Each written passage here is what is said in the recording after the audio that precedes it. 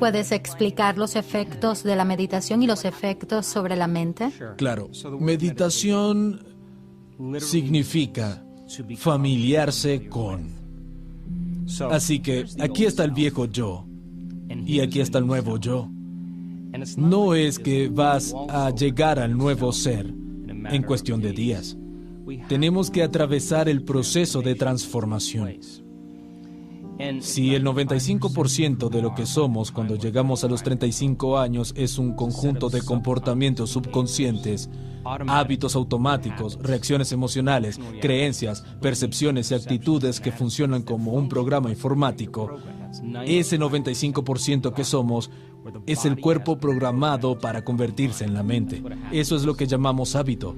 Y vamos a empezar a cambiarlo con el 5% de nuestra mente consciente.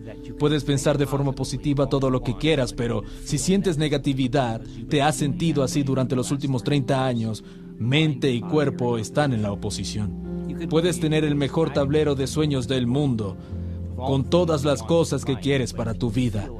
Pero si no te sientes merecedor, el cuerpo y la mente están en oposición. La idea entonces es reacondicionar el cuerpo a una mente nueva. Aquí está el viejo yo y aquí está el nuevo yo. Te vas a embarcar en el cambio.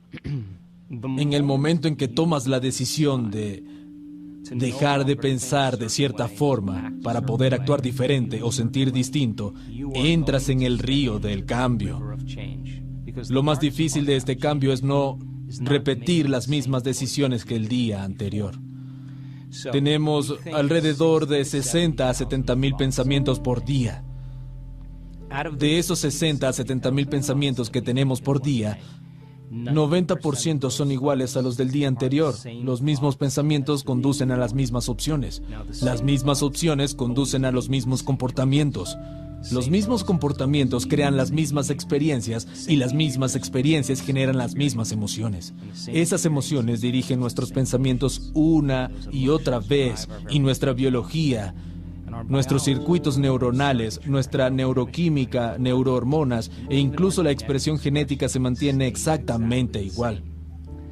Hay un principio en neurociencia que establece que las células nerviosas que se disparan juntas permanecen juntas. Si continúas pensando igual, tomando las mismas decisiones, teniendo los mismos comportamientos, reproduciendo experiencias iguales que estampan las mismas redes neuronales, los mismos patrones, para generar esa sensación familiar que te acostumbraste a llamar yo, conectas tu cerebro con algo muy limitado. Esa limitación se convierte en tu identidad. Es como poner el cerebro en una caja. Claro que la caja no existe, pero es el resultado de conexiones neurológicas, pensamientos, comportamientos y emociones que se fijan a través de la repetición frecuente. Así que, cómo piensas, cómo actúas y cómo te sientes es lo que llamamos personalidad. Tu personalidad crea tu realidad personal. Eso es todo. Si quieres crear una nueva realidad personal y una nueva vida, tendrías que cambiar tu personalidad. Significa que tienes que pensar sobre la forma en que estuviste pensando y cambiarla. Tienes que tomar conciencia de tus hábitos inconscientes, tus comportamientos, lo que dices y modificarlos. Tienes que observar las emociones que te mantienen anclado al pasado y decidir si permanecen en tu futuro. La mayoría de las personas tratan de crear una nueva realidad personal manteniendo la misma personalidad y no funciona. Literalmente tenemos que convertirnos en otra persona. Entonces, la palabra meditación significa familiarizarse con. Cuando te sientas a meditar, observas los pensamientos que están tras bastidores en tu conciencia, ya que estabas tan distraído por el entorno externo. Cuando meditas, estás tomando conciencia de esos pensamientos inconscientes y te estás familiarizando con ellos. Estás meditando para conocerte a ti mismo, para tomar conciencia de tus propensiones e impulsos. El cuerpo quiere levantarse y hacer cosas, pero lo estás entrenando para que se siente quieto. Y le estás diciendo al cuerpo que ya no es la mente, que tú eres la mente. Y estás trayendo a la conciencia esos comportamientos inconscientes. Te estás familiarizando con ellos. Esa es una meditación para conocerte a ti mismo. Si puedes observar las emociones que te llevan a un denominador bajo, registrarlas sin actuar a partir de ellas, sino observándolas, el acto de observación implica que lograste salir del programa. Eres la conciencia que ahora observa el programa y que comienza a objetivar tu ser subjetivo. Te estás mirando a ti mismo a través de los ojos de otra persona. Esto significa que ya no estás en el viejo ser, sino que es tu conciencia pura que lo observa. Ese es el primer paso en el proceso meditativo. Tenemos que encender un fósforo en un lugar oscuro, tomar conciencia profunda de lo poco conscientes que fuimos al no dejar que ningún pensamiento, comportamiento o emoción se deslizara por la conciencia descontrolada. Si estás sentado en meditación y te preguntas, ¿qué es compasión? ¿Cómo puedo estar mejor? ¿Cómo puedo cambiar mi vida? ¿Cómo puedo sentirme mejor conmigo mismo? Observas qué pensamientos tienes y cómo están atados a tu cerebro. Empiezas a revisar los comportamientos de cómo vas a vivir esta nueva vida. El acto de ensayar mentalmente comienza a cambiar el cerebro de vivir en el pasado a vivir en el futuro. En otras palabras, el ensayo mental va a hacer que el cerebro se vea como si esa experiencia ya se hubiera producido. Tienes un nuevo hardware para instalar en tu cerebro que está preparando al cerebro para el futuro. Si lo repites lo suficiente, lo haces una y otra vez, las células nerviosas que se activan juntas permanecen juntas y se te volverá algo familiar. Si puedes cultivar la emoción elevada antes de la experiencia. En otras palabras, el materialista, la persona que está esperando riqueza para sentir abundancia, vive en el modelo de causa y efecto, pero el modelo cuántico es acerca de causar un efecto. Significa que empiezas a experimentar tu propio valor y abundancia antes de que suceda. Sí, puedes empezar a reproducir esa emoción elevada, ya sea de sanación o plenitud. Cuando estás en ese punto, cuando puedes cultivarla una y otra vez, entonces se vuelve algo familiar. El proceso de cambio en el modelo meditativo requiere desaprender y volver a aprender. Requiere romper el viejo hábito del yo y reinventarse a sí mismo.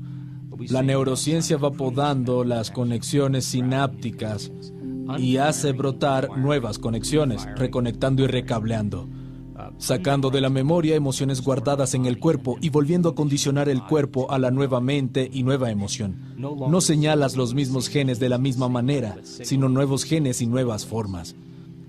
Sacas la energía del pasado para invertirla en el futuro. Usamos el modelo de meditación porque es importante para la gente poder desconectarse de su entorno externo. Si cierras los ojos y eliminas todas las distracciones del mundo exterior, las personas, cosas, lugares, tus ondas cerebrales van a empezar a cambiar y vas a tener menos atención en el mundo exterior. Si tus ojos y oídos no reciben tantos estímulos y hay una nueva música suave de fondo, empezarás a prestar más atención a tus pensamientos que a lo que sucede en el exterior. Si te sientas en quietud y entrenas a tu cuerpo para estar en un lugar sin hacer nada, sin experimentar los mismos eventos que generan las mismas emociones, le estás diciendo a tu cuerpo que ya no es la mente, que tú eres la mente. Si ya no estás pensando en un futuro predecible o en el pasado familiar, sino que estás presente en este momento, tu mundo interior comienza a ser más real que el mundo exterior, y ese es el momento en el que se pueden empezar a hacer cambios sustanciales en tu fisiología personal. En la investigación que hemos hecho, hemos medido más de 3.500 cerebros en meditación.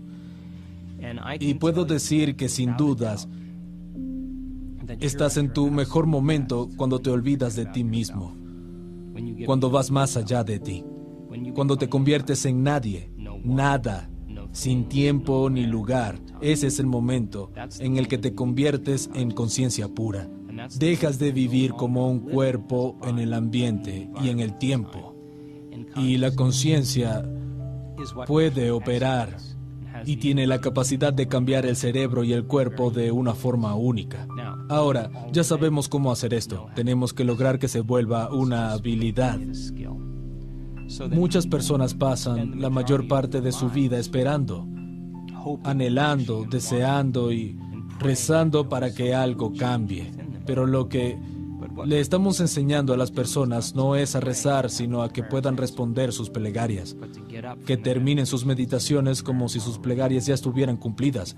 Porque cuando combinan una intención clara del futuro con esa emoción elevada, literalmente están cambiando su energía, están cambiando su química cerebral, están cambiando la manera en que funciona su cerebro, están cambiando su expresión genética, su química.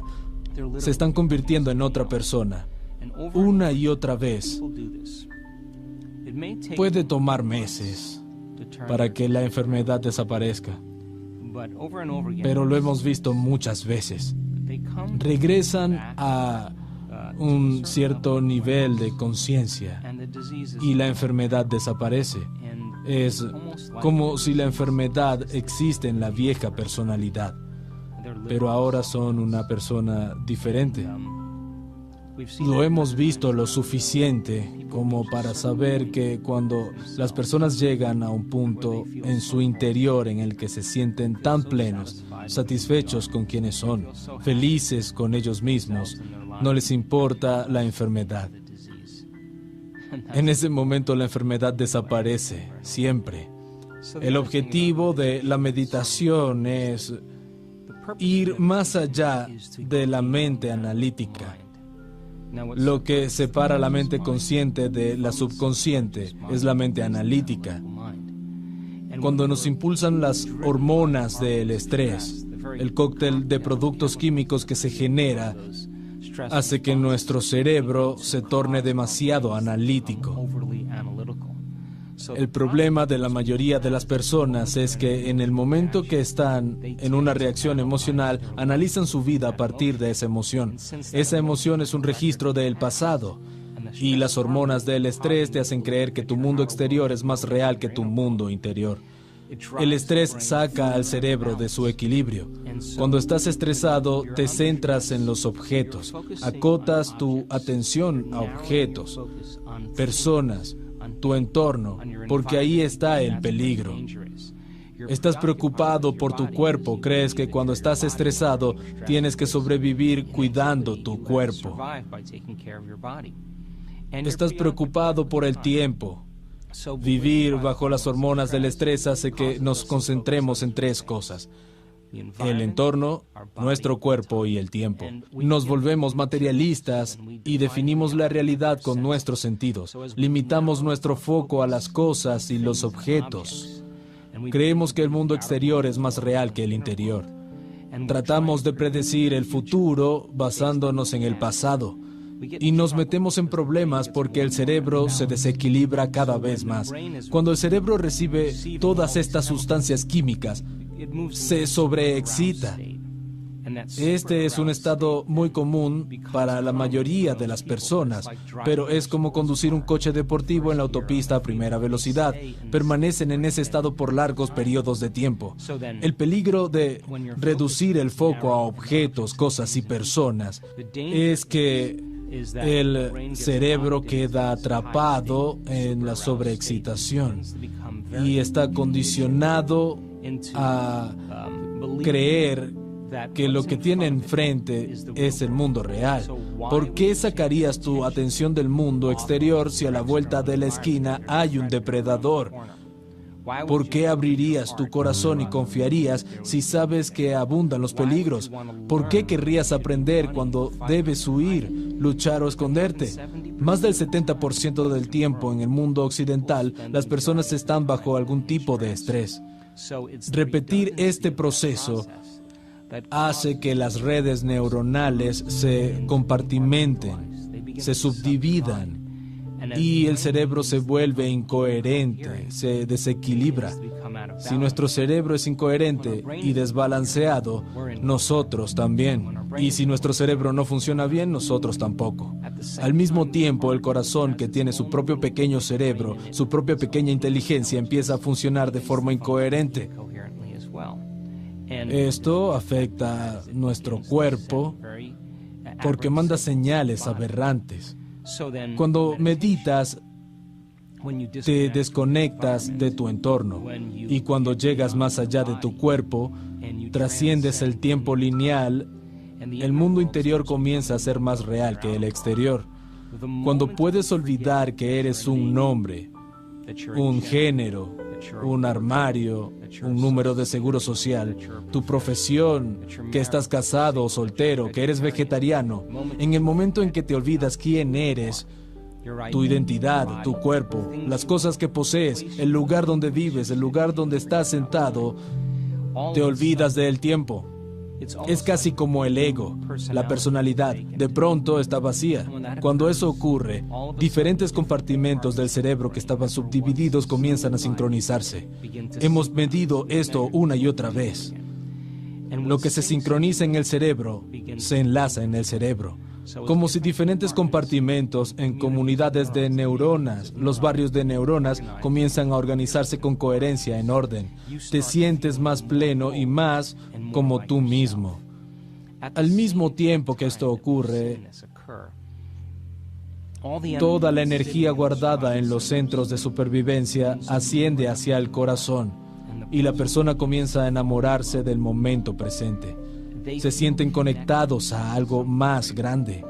Cuando vivimos bajo las hormonas del estrés determinando nuestra realidad, con nuestros sentidos como materialistas, nos separamos de la posibilidad. Creemos que estamos separados de todo. Vivimos en un reino donde estamos definiendo la realidad con nuestros sentidos y si no podemos verlo, olerlo, probarlo, sentirlo, no existe. Eso hacen las sustancias químicas. Pero cuando la energía se mueve al corazón, comienza a producir un campo magnético profundo. Cuando vives bajo los químicos del estrés, te alejas de este campo vital alrededor de tu cuerpo. Se convierte en química y el campo alrededor de tu cuerpo comienza a encogerse. Lo medimos. Te conviertes en más materia y menos energía, más partículas y menos onda. Y este es el problema. Cuando las personas son material, intentando cambiar la materia, toma una cierta cantidad de tiempo obtener lo que quieren, porque tienen que arrastrar su cuerpo a través del espacio una y otra vez para lograr sus objetivos. Tratan de forzar el resultado, predecirlo o controlarlo instintivamente, porque son materia tratando de producir un efecto sobre la materia. Cuando la energía se mueve a tu centro y el campo alrededor de tu cuerpo comienza a expandirse, no estás sacando de ese campo energético, sino aportándole. Cuando el corazón empieza a ser coherente, se pone rítmico y se organiza. Es como dejar caer una piedra en el agua. Produce una onda. Si puedes sostener ese estado, es como dejar caer una piedra, luego otra y luego otra, creando ondas que siguen formándose. Envías una señal al campo energético.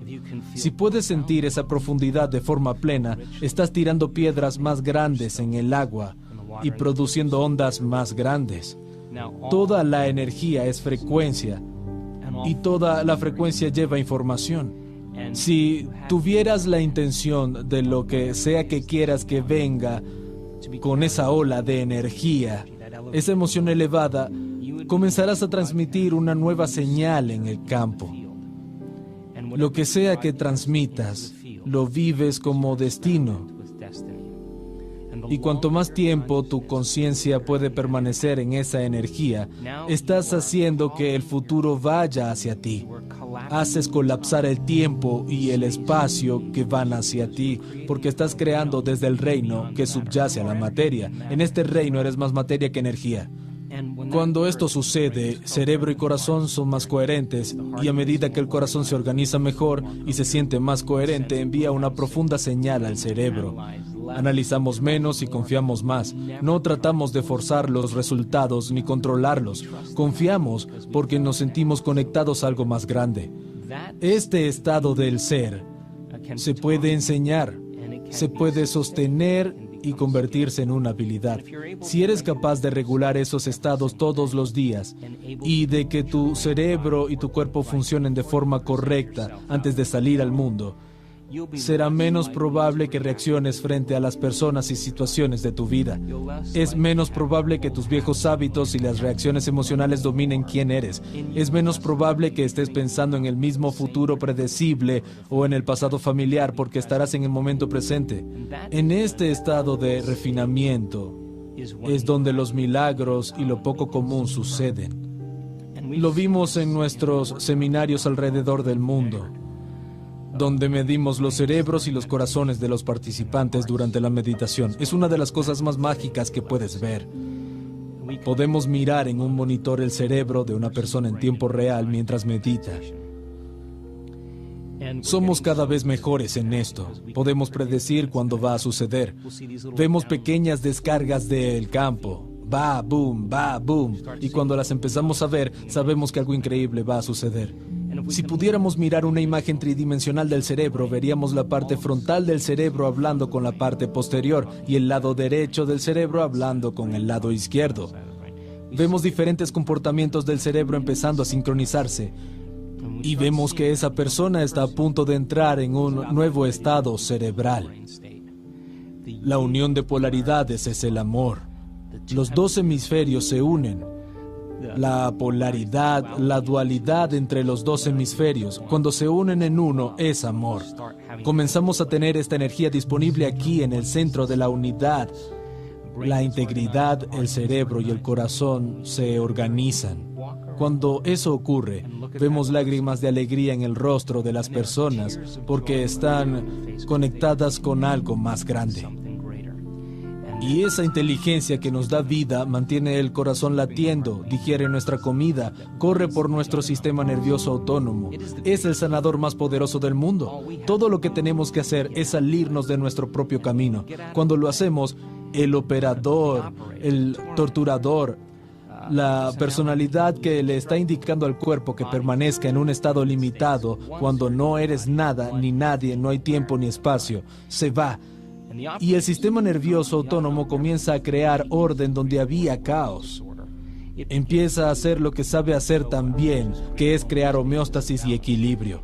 Puede empezar a cambiar la química, los genes, los patrones neurológicos, a mover energía en el cuerpo. Las personas dicen siempre lo mismo, que no tuvieron nada que ver con la sanación, sino que fue un poder interior que lo hizo solo. Lo único que tenían que hacer era salirse del camino. Creo que podemos hablar mucho de estas cosas, pero debes tener la experiencia. Mi pasión en los últimos años ha sido desmitificar esto. Si ves a alguien gravemente enfermo pararse ante una audiencia de 550 personas y contar su historia de cómo a través del tiempo generó, por desequilibrar las emociones y la energía, cómo generó una enfermedad, pero pudo tomar conciencia de cómo sucedió y cómo le tomó 2 años romper esa historia acorazada. Todos los días tomó la decisión de no abandonar su meditación hasta haberse convertido en otra persona. Estamos hablando de grandeza. Ya no es un concepto filosófico. Es una persona que día a día encarna y entiende su propia ingeniería genética. Cuando estás en un estado elevado, entiendes cuando haces algo diferente, piensas o actúas de otra forma. Estás desconectado, nuevas redes neuronales señalando nuevos genes, le imprimen significado a lo que hacen. Si la gente logra entender el qué y el por qué, el cómo se vuelve más fácil. Así que si ves a alguien de pie frente a una audiencia de 500 personas explicando su viaje, no es diferente de mirar a Serena Williams jugar tenis. Si juegas tenis y sigues mirando cómo golpea la pelota, tú también lo vas a hacer mejor. En nuestros seminarios hay gente que se pone de pie y cuenta su historia. Y empieza a dejar que los demás entiendan que también es posible hacer lo mismo. E igual que una infección crea una enfermedad entre la comunidad, la salud y el bienestar pueden ser tan contagiosos como una enfermedad cuando se reúne un grupo de personas que entiende qué y por qué está haciendo algo. Es un buen momento para hablar de algunas de estas personas y hablar de que a algunas les toma 2 años y a otras 3 semanas. Había una mujer que entregó un sobre mientras salía del escenario en Barcelona hace unos años. Me pidió que lo leyera. Entré al camerino y abrí el sobre. Y leí la historia de esta mujer. Era tan profunda. Le pedí que se pusiera de pie y contase su historia a toda la audiencia. Es una psicoterapeuta de Holanda, una mujer muy inteligente. Y un domingo por la mañana, mientras se duchaba, su marido le dijo adiós a sus 2 hijos. Le gritó algo y mientras ella se duchaba, fue a la torre más alta de Ámsterdam. Saltó del edificio y se suicidó. Ahora, este es un evento estresante.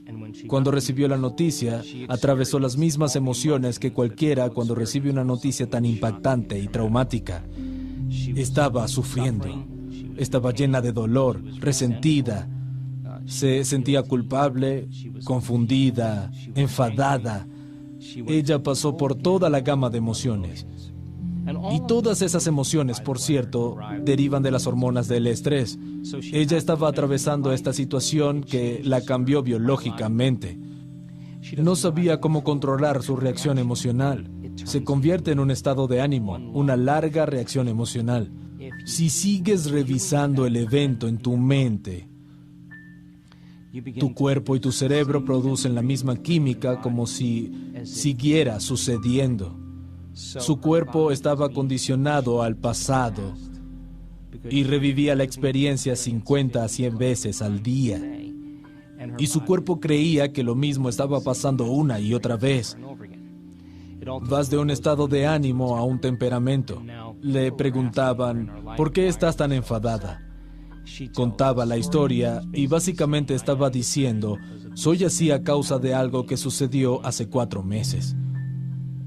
Si seguimos así un periodo largo de tiempo, esas emociones impulsan nuestros pensamientos y no podemos pensar más allá de cómo nos sentimos. Nuestros sentimientos se volvieron nuestra manera de pensar. Estamos pensando en el pasado, atrapados en nuestra biología.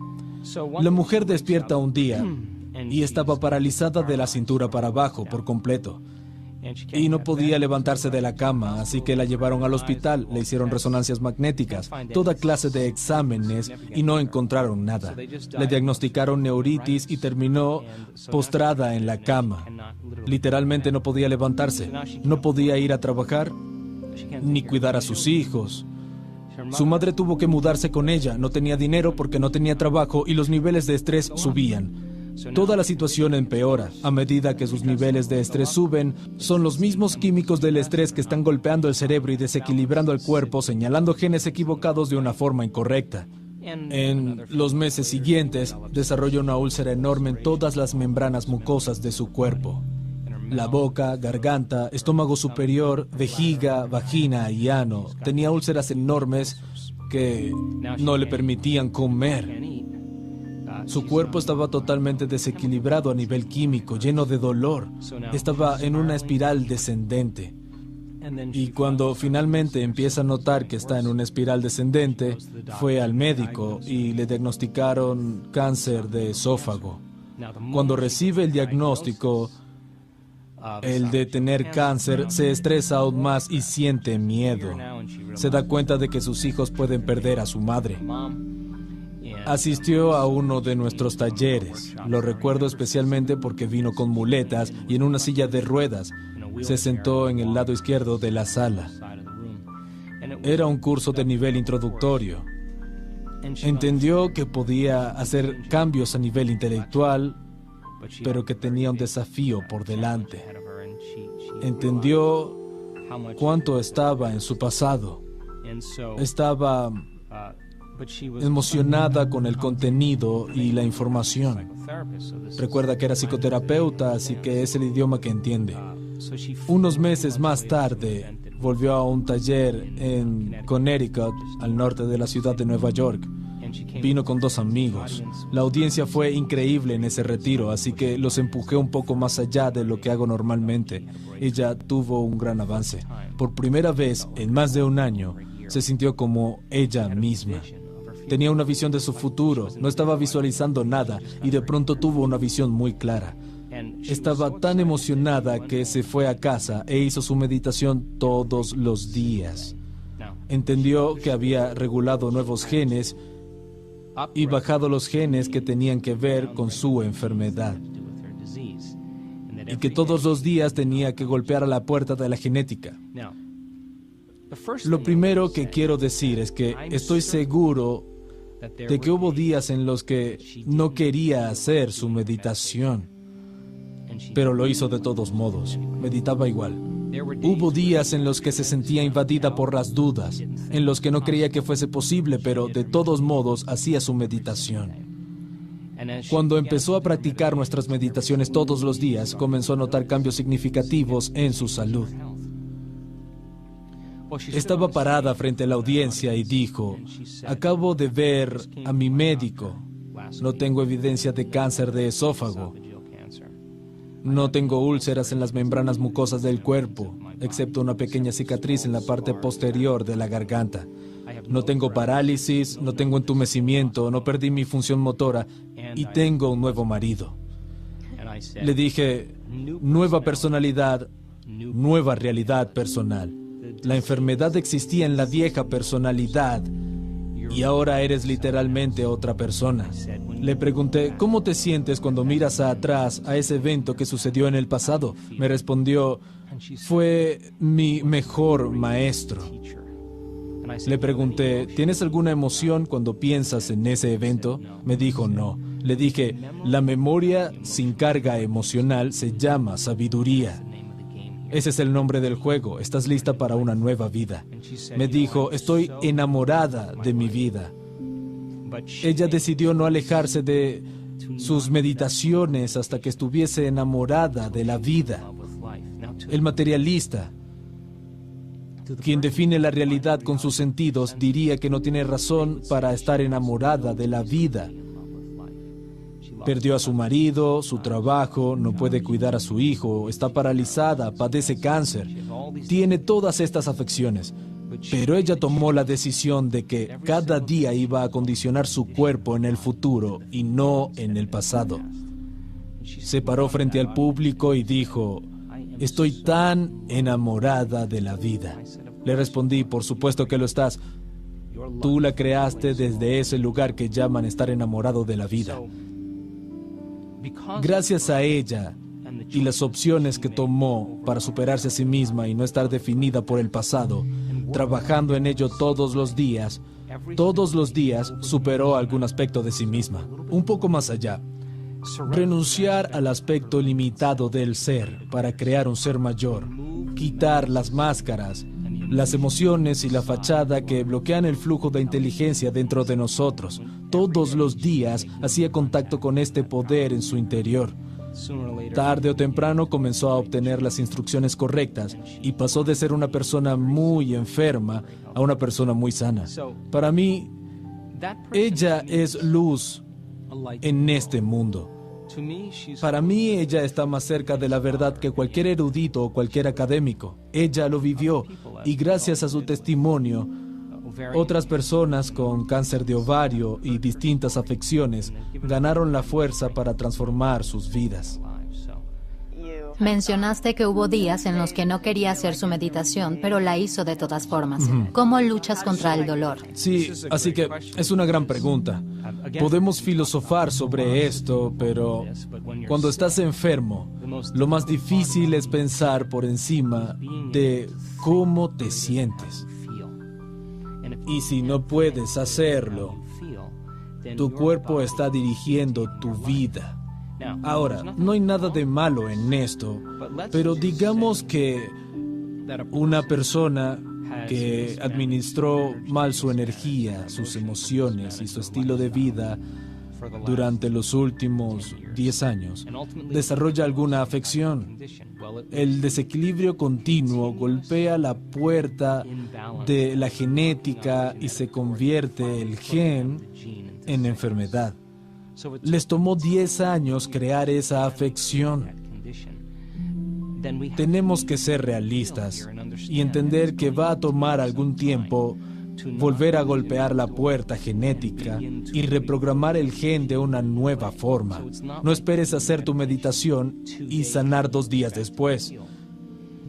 Es un proceso y una habilidad que requiere repetición, comprensión, reagruparse, volver a aprender y colmar el cerebro con conocimiento. Requiere mantenerse coherente para empezar a ver algunos efectos. Es como cuando estás pescando y enganchas un pez. En el momento en que te das cuenta de algún cambio en tu cuerpo, algo empieza a cambiar. Es todo lo que necesitas, porque una vez que tienes esa sensación vas a correlacionar lo que estás haciendo en tu interior con el efecto que produce afuera. Vas a empezar a hacerlo con más pasión, más sinceridad y certeza absoluta. Lo bueno de todo esto es que eres capaz de cambiar tus ondas cerebrales e ir más allá de tu mente analítica. Practicaste tu meditación todos los días. Llegar a ese momento sagaz, a la generosidad del momento presente. Te olvidas de tus obligaciones, de tus relaciones, de las cosas que hiciste ayer. Estás tan presente en este momento que ya no eres una cara, un cuerpo, una identidad, no tienes nada, pura conciencia. En ese momento tu conciencia se fusiona con una conciencia mayor. Cuando tu mente consciente fusiona tu mente subconsciente, estás en el sistema operativo donde un cambio verdadero es posible. Si practicas la manera de superar tu cuerpo en una meditación todos los días y estás enfermo, cuando te sientes a meditar, debes ser capaz de ir más allá de tu entendimiento, de ser un cuerpo. Si puedes hacerlo, tu cuerpo ya no es la mente y puedes empezar a trabajar con tu cuerpo, ajustarlo a una nueva mente. Si no tienes la capacidad de ir más allá de tu cuerpo en una meditación, estás tratando de cambiar tu cuerpo con un cuerpo. Quieres cambiar materia con materia. Y eso tiene efectos muy lentos. Va a producir efectos, pero van a tomar algún tiempo. Si tú estás entrenando tu habilidad para regular y cambiar tus ondas cerebrales e ir más allá del cuerpo, superar tu identidad, ir más allá del espacio y del tiempo. Si lo haces bien, cuando llegue el momento de sanar tu cuerpo, si tienes la capacidad de ir más allá de tu cuerpo, no importa cuán enfermo estés, cada vez que vas más allá de tu cuerpo, eres conciencia con cierta energía educando a tu cuerpo. No desde tu cuerpo, sino de un lugar epifenomenológico que es más grande que tu cuerpo. De nuevo, para desmitificar el proceso, creo que requiere un poco de entrenamiento. Y cuando la gente llega al punto en el que va más allá de sí misma, es cuando sucede la magia, una y otra vez. Sí, al principio va a ser difícil porque estás en un cuerpo. Empiezas a hacer tus meditaciones y te preguntas, ¿estoy mejor? En ese momento acabas de volver al viejo yo. El nuevo yo nunca miraría a ver si está mejor, se queda en ese estado. Así que es un proceso a desarrollar, una acción, es una toma de conciencia, es un proceso que lleva tiempo. Lo vimos tantas veces que puedo decir que es una ley. ¿Podrías decirme algo sobre el efecto placebo? ¿Cómo puede ser que haya pacientes que reciben una píldora de azúcar, una inyección salina, o se les realiza una cirugía o tratamiento falsos? Y un porcentaje de esos pacientes que aceptarán, creerán y se entregarán a la idea de que se les está dando la sustancia o el tratamiento verdadero y programan su sistema nervioso autónomo para crear su farmacia de químicos que coincide con el químico exacto que creen que están tomando. Así que la pregunta ¿es la sustancia inerte que cura? ¿O es la capacidad innata que tiene el cuerpo para curarse? La sanación no viene de la píldora de azúcar, sino del pensamiento. La píldora es un condicionante que representa una posibilidad en el futuro de alguien. Podemos llamarlo una intención. Un porcentaje de esas personas comenzarán a sentirse inspiradas, entusiasmadas, llenas de Dios, esperanzas, agradecimientos, cosas que podrían funcionar. Están combinando una intención clara con una emoción elevada. En ese momento se están moviendo de la biología de su pasado hacia la biología de su futuro. Entonces la pregunta es, ¿necesitas la píldora de azúcar o la inyección salina o el tratamiento falso para alcanzar un nuevo estado de ser, en lugar de elegir lo que ya conoces para ayudarte a sanar? ¿Puedes elegir lo desconocido, un nuevo potencial en el campo cuántico sin salir de ti? Y revisitar ese desconocido una y otra vez hasta que tu biología lo comprenda. ¿Es posible que produzca los mismos efectos? La respuesta es sí, absolutamente. En los estudios de depresión de los pacientes que toman un placebo, el 81% responde también al placebo como lo harían los antidepresivos. ¿Qué significa eso? Significa que están haciendo su propia farmacia de antidepresivos y su cuerpo y sistema nervioso son los mejores farmacéuticos del mundo. Es verdad que en los estudios de depresión los pacientes tuvieron que tomar el placebo durante 6 u 8 semanas y combinarlo cada día con una intención clara y una emoción elevada para moverse a un nuevo estado de ser, aceptar, creer y rendirse a la idea de que están recibiendo la sustancia real. Comienza a programar su biología para cambiar.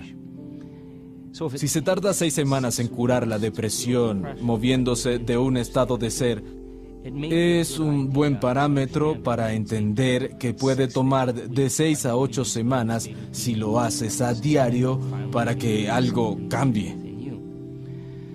La belleza del placebo radica en que se basa en la creencia y para la mayoría de las creencias surgen de experiencias pasadas. Algunas experiencias que has tenido te marcaron neurológicamente y te condicionaron a nivel emocional. Tendemos a pensar y sentir en base a la biología de nuestras experiencias pasadas. Cómo piensas y cómo te sientes crea un estado de ser. Si combinas pensamiento y sentimiento, pensamiento y sentimiento, pensamiento y sentimiento, se llama actitud. Buenos pensamientos conectados a buenos sentimientos generan una buena actitud. Pensamientos negativos conectados a malos sentimientos generan una mala actitud. Una actitud es un estado más corto. Puede ser buena por la mañana, mala por la tarde. Si tomas actitudes y las encadenas, generas una creencia. Una creencia no es más que un pensamiento que tienes una y otra vez hasta que se fija en tu cerebro. Los límites de nuestras creencias son nuestros sentimientos. Cuando se desafían las creencias, por lo general, no nos sentimos bien. Cómo piensas y cómo te sientes crea un estado de ser.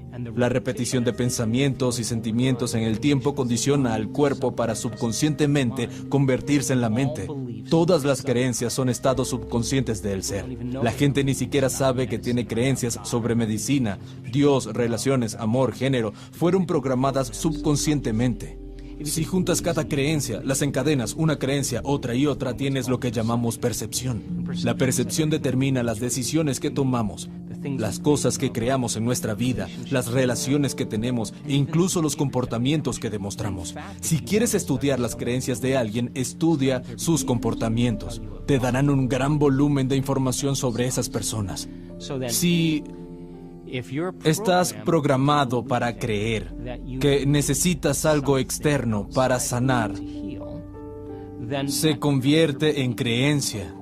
Y claro que vas a necesitar algo para ayudarte a sanar. Si crees que necesitas una vacuna contra la gripe para no tener gripe, es más probable que te enfermes independientemente de si te dan o no la vacuna, porque es tu creencia. Cuando escribí El placebo eres tú, estaba tan fascinado con el concepto porque empecé a darme cuenta de lo programados que estamos a nivel inconsciente. Cuando empiezas a estudiar el placebo, te das cuenta de que hay muchos estudios que prueban una y otra vez que nuestra capacidad innata para sanar es un hecho. Si tomas a un grupo de asmáticos y tienes una droga que induce el asma y otra que lo detiene, a una persona le das la droga que lo induce, pero le dices que le estás dando la que lo cura. Más de la mitad de las personas del grupo no tendrán síntomas de broncoconstricción. En otras palabras, el pensamiento es más poderoso que el químico. Si las personas comienzan a desentrañar este concepto, a darse cuenta de que tienen la capacidad innata para sanar, que pueden trabajar combinando y regulando sus estados internos, producirán su propia farmacia de productos químicos para el dolor, la depresión, anticuerpos, inflamación. Hace poco hicimos un estudio increíble en uno de nuestros talleres avanzados en Tacoma, Washington. Tomamos a 120 personas para medir los niveles circulantes de cortisol y un químico llamado inmunoglobulina A o IgA. Cuando estás estresado y desequilibrado, los niveles de cortisol suben. El pico de cortisol es alrededor de las 8 de la mañana.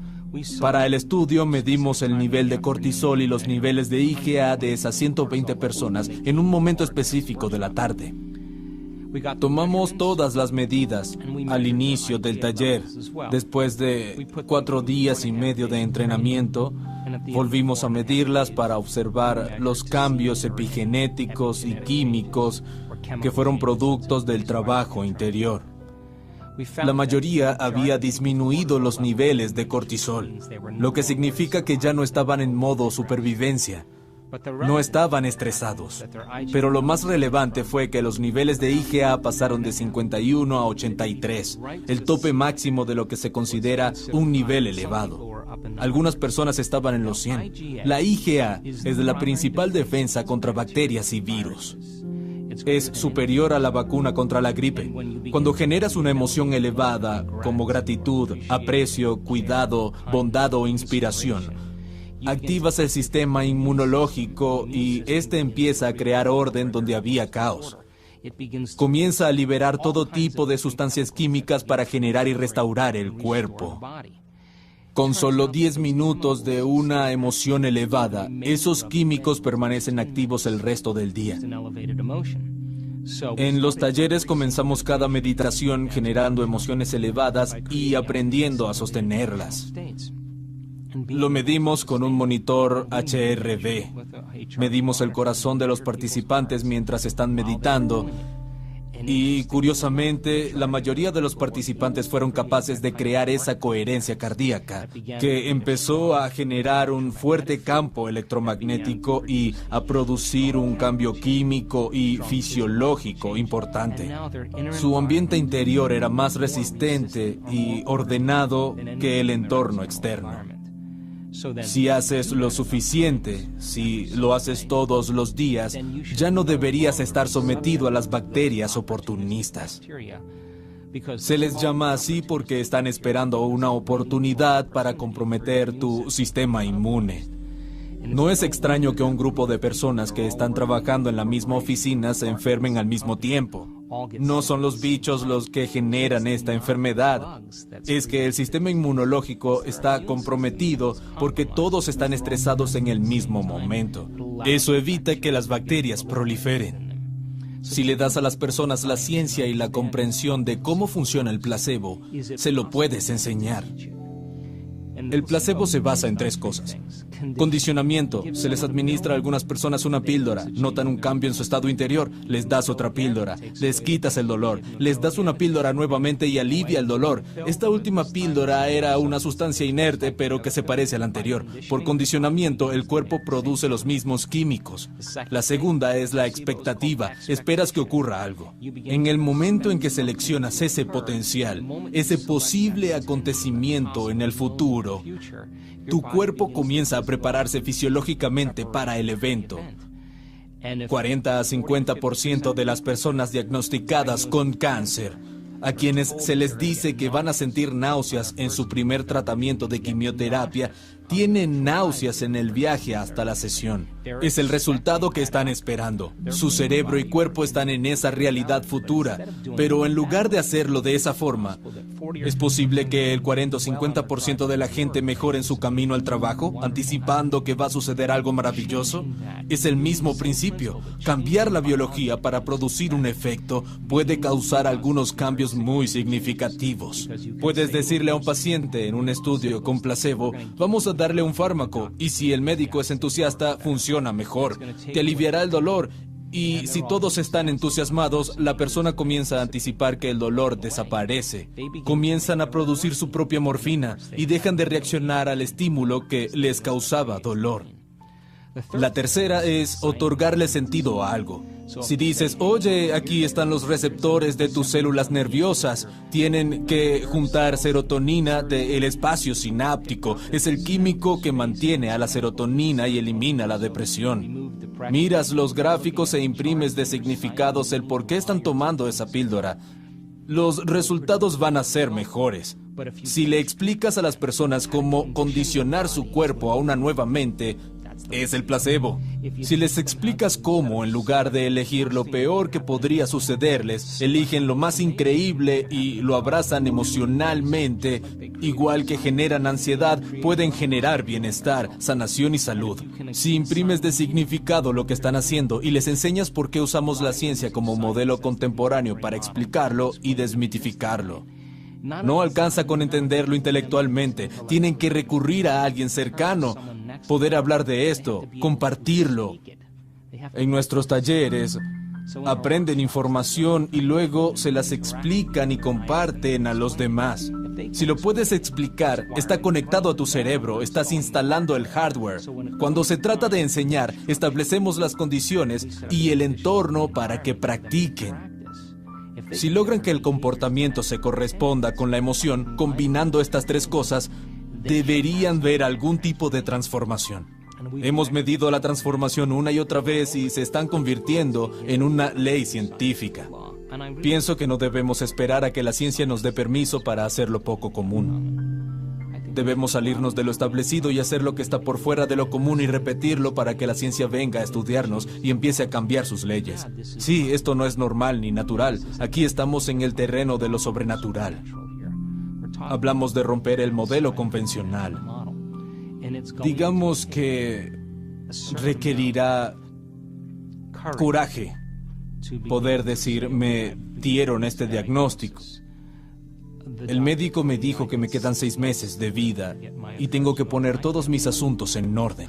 No puedo explicarte cuántas personas conocimos que recibieron la maldición vudú. Tenían 3 o 6 meses de vida para poner todos sus asuntos en orden, sin expectativa de vivir más tiempo.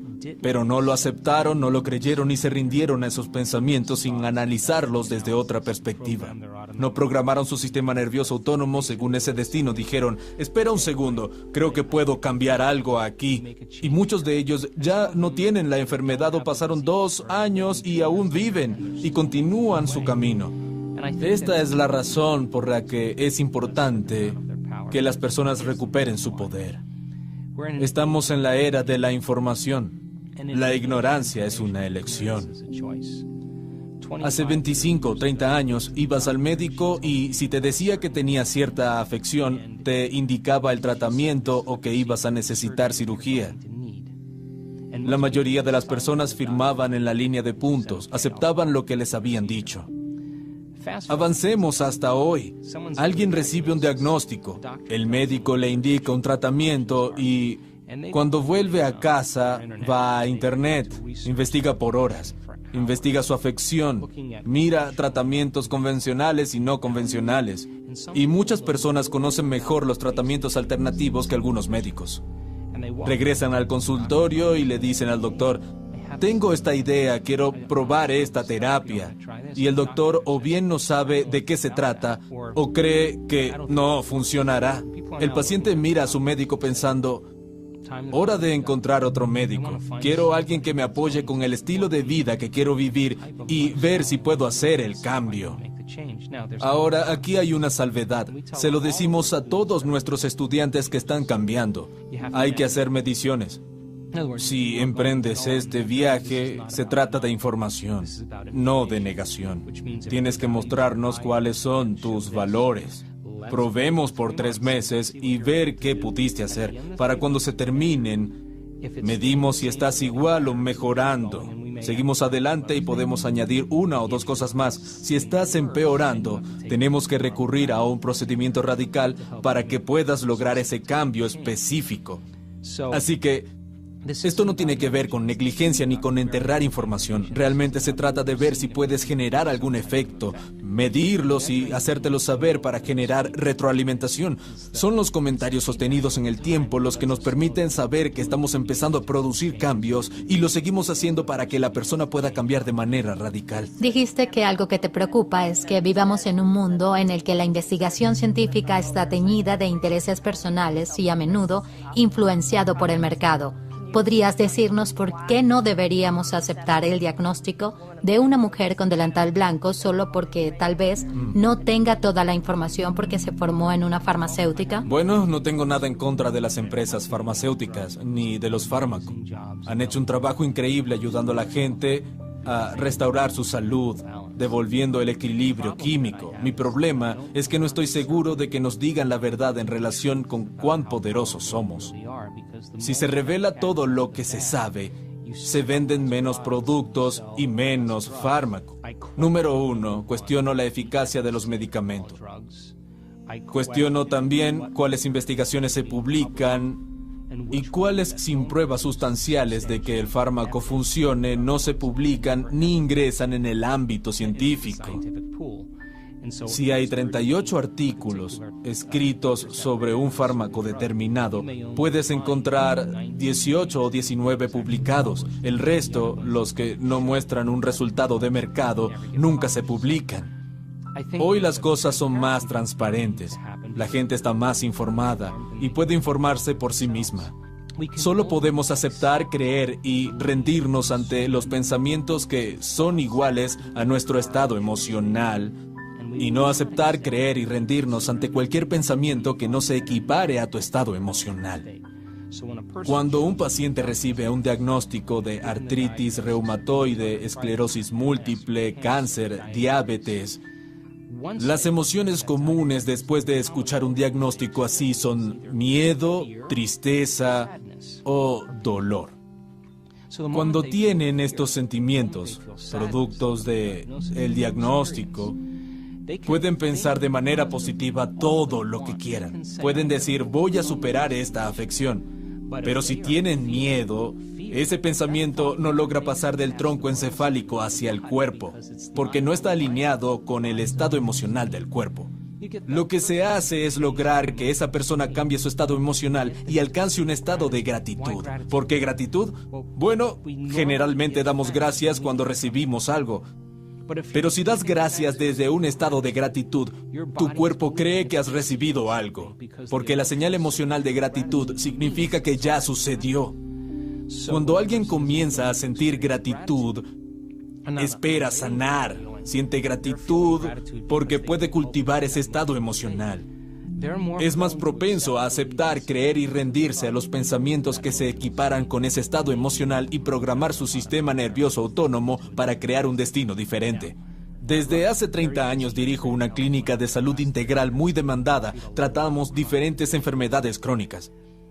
Estuve ayer y estaba llena de pacientes. La gente viene a nuestra clínica porque nos interesa crear un nuevo estilo de vida.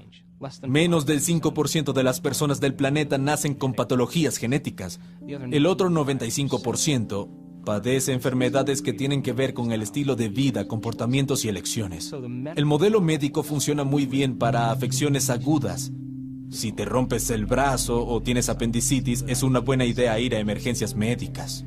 Pero cuando se trata de afecciones crónicas que requieren un cambio de estilo de vida, muchas veces no es suficiente solo con tomar un producto químico, porque la persona puede tener viejas cicatrices emocionales. Esa persona puede estar atravesando una mala situación, puede estar expuesta a químicos o a decisiones que continuamente debilitan el cuerpo. Esta es la fórmula que usamos con quienes están interesados en hacer cambios significativos. Existen 3 tipos de estrés: físico, químico y emocional.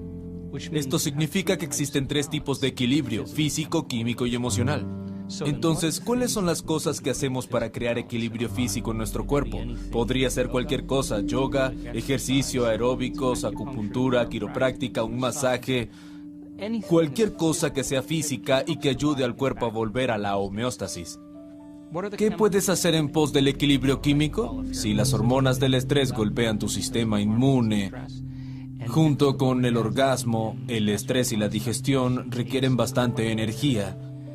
Tal vez ingieras alimentos más fáciles de digerir para disponer de más energía para la recuperación. Eliminas ciertos alimentos que sacan a tu cuerpo y cerebro de su equilibrio. Tienes más energía para la recuperación y un mayor equilibrio químico.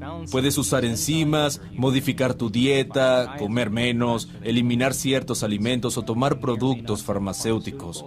Pueden tomar suplementos nutracéuticos que ayuden a restaurar el equilibrio químico del cuerpo. ¿Qué pasa con el equilibrio emocional? La meditación es para nosotros el modelo más efectivo. Usamos otras técnicas con algunas personas, como psicología energética. Cuando ordenas 2 de estos 3, el tercero tiende al equilibrio. Si alguien está equilibrado física y químicamente, también lo estará a nivel emocional.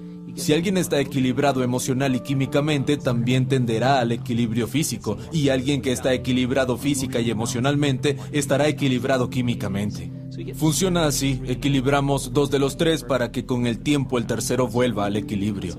Es un modelo sólido cuando se trata de la práctica de mantener cierto nivel de salud y ayudar a las personas a ir de un estado a otro. Me encanta el concepto de posibilidades infinitas. ¿Podrías hablar de cómo la opinión de un médico es solo una posibilidad? Cuando una persona recibe un diagnóstico, es un pronóstico que se basa en lo normal o lo natural. Cuando ves a las personas que están bajo el capricho del condicionamiento de cómo deben vivir su vida, en el momento en el que reciben ese diagnóstico, están sometidas a los mismos tratamientos que la mayoría de la gente y van a responder de la misma manera porque están regalando su poder a algo exterior. Pero un diagnóstico y un pronóstico son también un potencial en el campo infinito de posibilidades. Este es un tema muy sensible cuando se trata de ética. Creo que los médicos son hoy más compasivos con los pacientes y entiendo que quieren darles esperanza y apoyar sus metas en el área de la salud. Cuando alguien recibe un diagnóstico, es importante que entienda que puede caer presa del pronóstico, sin siquiera tener en cuenta que existen otras opciones, sin darse cuenta de que tal vez se deba hacer algo de otro modo, de que tal vez se deban hacer elecciones diferentes, que tal vez deba ir más allá de ciertas emociones y superar una forma de pensar limitante. Si comprenden que son capaces de hacer eso, se abren más posibilidades como resultado de sus cambios personales. En ese momento abren los ojos y comienzan a suceder cosas mágicas en la vida de las personas. Viven más de lo que esperan, el dolor desaparece, mejora su calidad de vida, empiezan a haber cambios biológicos, neurológicos, cambios químicos y hormonales. La educación es muy importante para entender que en el espectro del mundo cuántico hay posibilidades infinitas en este preciso momento. Si puedes estar presente sin pensar en lo que podría suceder o lo que sucedió en el pasado, practicar todos los días este proceso, este viaje interior de estar presente. Si continúas practicándolo, no hay futuro predecible ni pasado o familiar. Estás en el momento presente. Habrá posibilidades que no hayas considerado antes. La belleza detrás de todo esto es que cuando te abres a la posibilidad y dejas de enfocarte en lo conocido o lo familiar, empiezas a experimentar esas sincronicidades, casualidades, coincidencias que están sucediendo a tu alrededor. No estás invirtiendo tu energía en un futuro predecible o en un pasado familiar. Puedes enseñar eso. Cuando las personas se centran en sí mismas y practican esperar lo impredecible, van a empezar a suceder cosas que no habían imaginado, posibilidades en las que no habían pensado. Si las hubieran pensado, las hubieran puesto en práctica o serían conocidas. Tenemos que ampliar el mundo de posibilidades a lo desconocido. Me interesa este proceso sobrenatural.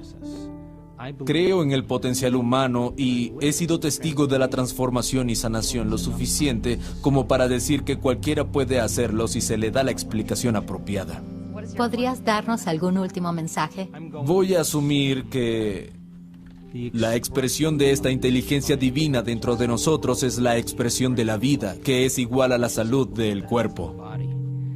Cuando nos tomamos un tiempo dentro de nuestras vidas atareadas para invertir en nosotros mismos, para convertirnos en una obra en proceso, empezar a decidir qué pensamientos ya no queremos tener, qué comportamiento nos gustaría cambiar, qué emociones queremos transformar, y cada día hacemos un esfuerzo para eliminar bloqueos y máscaras, las fachadas que detienen el flujo de lo divino en nosotros. Cuando comenzamos a hacer ese tipo de trabajo, la inteligencia comienza a moverse a través de nosotros y ahí es donde nos volvemos más parecidos a ella. Nos volvemos más deliberados, con una voluntad increíble, más conscientes, con una mente infinita. Nos volvemos más conscientes, más amorosos. Es una inteligencia amorosa, más generosos. Es un dador de vida. Es nuestra naturaleza. Esta inteligencia se vuelve más de nuestra mente y el efecto secundario es que pasamos de un estado egoísta a uno desinteresado. La transformación hace algo realmente increíble. Cuando te liberas de las cadenas de esas emociones que te mantienen anclado en el pasado y pasas de partículas a ondas de materia a energía y empiezas a liberar energía y tu corazón empieza a abrirse, te sientes conectado con algo más grande. Solo hay una cosa que quieres hacer cuando te sientes así, y eso es dar. Dices, me siento tan increíble que quiero compartirlo. Es una tendencia natural querer compartirlo porque te sientes tan pleno que es imposible desear. ¿Qué vas a desear cuando te sientes pleno? Para mí, ese es el estado natural del ser. La enfermedad no puede existir en ese estado de plenitud y creo que es accesible en nuestras vidas y que la gente puede llegar a esos estados sagaces y hacer que se vuelvan más constantes. ¿Cómo accedemos a lo sobrenatural? Tenemos que empezar a hacer lo que en un principio se siente antinatural. Al principio, por supuesto, el cambio va a ser incómodo. Es una sensación rara. Habrá incertidumbre. No se puede predecir cuándo vas a entrar en lo desconocido y muchas personas se apresuran a volver a sus sentimientos y comportamientos familiares y dicen, esto se siente bien, se siente familiar. Estar cómodo en esa incógnita, donde la mejor manera de predecir el futuro es crearlo, y ser capaz de crear desde lo desconocido produce efectos sobrenaturales en nuestras vidas. Dar cuando todo el mundo siente falta es sobrenatural. Demostrar compasión cuando todos están enojados y son sentenciosos es sobrenatural. Mostrar amor y fuerza cuando todos los demás tienen miedo. Creo que si seguimos haciendo lo que se siente artificial, tarde o temprano comenzará a convertirse en natural. Este es un momento en la historia en el que la gente está buscando respuestas y secretamente creen en sí mismos, creen en nosotros mismos y en las infinitas posibilidades. Hace que la vida sea realmente emocionante. Ahí es cuando nuestra voluntad coincide con esa inteligencia interior. Cuando nuestra mente coincide con esa mente más grande y cuando nuestro amor por la vida coincide con su amor por la vida, siempre responde la llamada.